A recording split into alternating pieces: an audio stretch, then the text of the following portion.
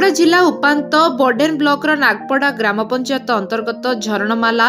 उपका गंगा पर्यटन स्थली कोमना वन विभाग और जिला प्राधिकरण विभाग मिलित आनुकूल्य एकक प्लास्टिक व्यवहार योग्य निषेध सचेतनता अभियान द्वारा स्वच्छता पदयात्रा सफेई प्लास्टिक आवर्जना संग्रह कार्यक्रम और वृक्षरोपण करा जायथिला। ए कार्यक्रम को कोमना रेंजर देवदत्त सुतारंग नेतृत्व में एकक व्यवहार योग्य प्लास्टिक मुक्त अभियान अनुष्ठित होउथुवा बेले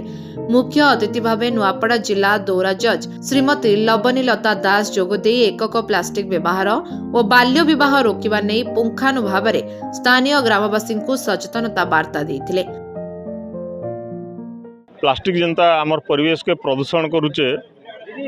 से विषय लोक मान को समस्त सचेतन करागला। आउ से आमर जिलू आमर ऑनरेबल डीएलएसए मैडम आसते से समस्त को प्लास्टिक रो अपकारिता बाबद रे पुंखानुपुंख भाव में बुझेले। आमर प्रयास तबे भी एबे भी जारी रही एवं आमे आहुरी अधिक ग्रामांचल आमे सबुआडे जाइए आमे सचेतनता करिवार आहुरी अधिक प्रयास जारी रहू आमे सेटा चाहूचु। एवं खाली बाल्य विवाह मुक्त ही नुहे जिला आईन सेवा प्राधिकरण तरफ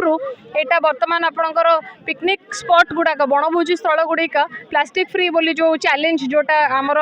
राज्य प्रदूषण कंट्रोल बोर्ड तरफ जो चैलेंजटा सारा राज्य रे वर्तमान चली आमर नुआपड़ा जिले में आमे सर्वप्रथम कलु तिखाली तापरे थिपाखोल तापरे ऋषिपीठ तापरे हाँ उपका गंगा एवं आपणकर कपटदार सबुआडे आमे वर्तमान सुधा जिला आईन सेवा प्राधिकरण तरफ आमे कम से कम 4000 ରୁ 5000 किलो प्राय उठे सारूँ प्लास्टिक जिला सारा एवं सबू अनुष्ठान समस्त मिलित आनुकूल्य आमे ये सब जो प्लास्टिक मुक्त नुआपड़ा गठन करने को आप देखिए उपरू नहीं कि तल जाए समस्त अधिकारी समस्त सरकारी बेसरकारी अधिकारी स्कूल विद्यालय छात्र छात्री माने समस्ते आमे नई कि आमे सफा करुचु प्लास्टिक मुक्त करुचु नुआपड़ा को एवं सुस्थ एवं सबुज नुआपड़ा करुचु।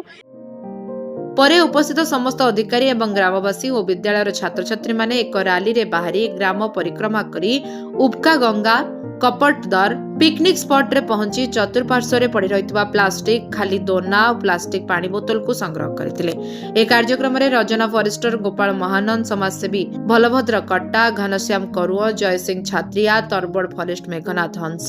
पडेन सीडीपीओ नुआपड़ा डीएलएस नागपड़ा सरपंच गंभीर तांडी अंगनवाड़ी कर्मी एमबीके सीआरबी जोग दैथिबा बेले स्थानीय विद्यालय छात्री एवं शताधिक ग्रामवासी उपस्थित रहिथिले। नुआपड़ा जिल्लारू हरेराम करुओं रिपोर्ट लिव लाइफ ओडिया।